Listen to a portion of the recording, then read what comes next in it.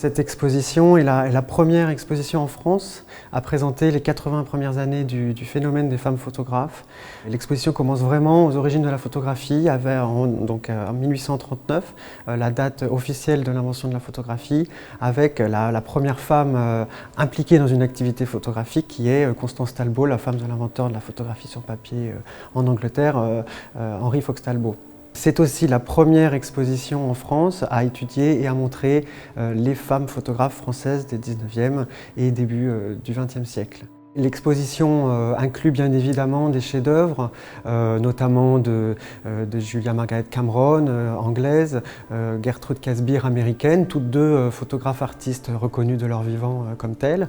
Également de Frances Benjamin Johnston, qui est la première femme photojournaliste. Ces chefs-d'œuvre s'insèrent dans une présentation qui inclut 75 femmes, alors certaines connues de leur vivant, d'autres oubliées depuis et certaines totalement inconnues. La question en fait soulevée par l'exposition est celle de l'incidence de l'identité sexuelle sur la pratique photographique. L'exposition essaye d'y répondre à partir des notions de périmètre, évidemment.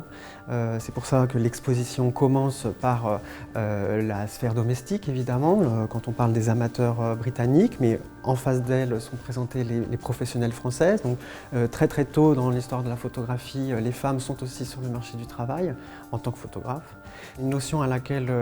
je tiens beaucoup, c'est la notion de stratégie, c'est-à-dire que ces femmes photographes, dont on a aujourd'hui soit les noms, soit les images,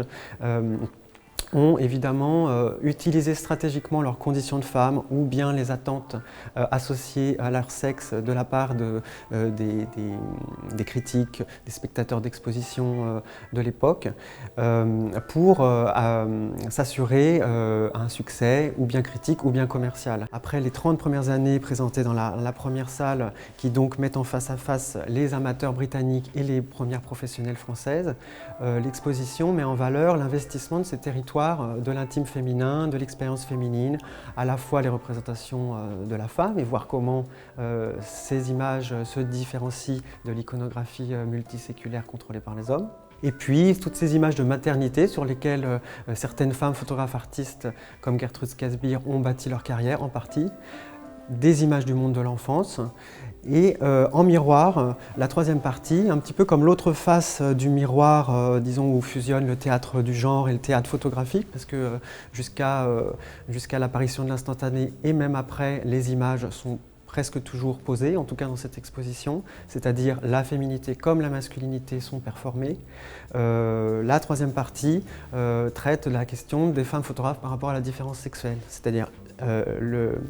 la représentation des hommes, de la virilité, les femmes portraitistes qui cherchent à représenter des modèles prestigieux, des hommes illustres, les représentations de paternité, les relations de couple, le travestissement et évidemment le nu à la fois féminin mais aussi masculin. Et puis la dernière partie de l'exposition montre comment, au fil de ces 80 premières années, les femmes photographes ont comblé un à un tous les fossés qui séparaient la pratique féminine de la pratique masculine, et ce dès avant la fin de la Première Guerre mondiale, donc à la fois en prenant parti à travers leur activité sur les questions sociales, de l'ethnicité, les questions des minorités sociales, de l'éducation, de la santé, bien sûr les pionnières du photojournalisme qui sont américaines et anglaises, et une dernière salle qui met en vis-à-vis l'engagement des femmes photographes dans la lutte pour le droit de vote des suffragettes britanniques et l'engagement des femmes photographes dans la guerre, et en particulier l'engagement des femmes photographes pour représenter la place des femmes dans l'effort de guerre. Cette exposition au musée de l'Orangerie a aussi un autre but, c'est de permettre aussi de donner aux spectateurs les clés pour mieux comprendre le phénomène qui est peut-être un petit peu mieux connu des femmes photographes des années 20 et 30 qui est présenté au musée d'Orsay.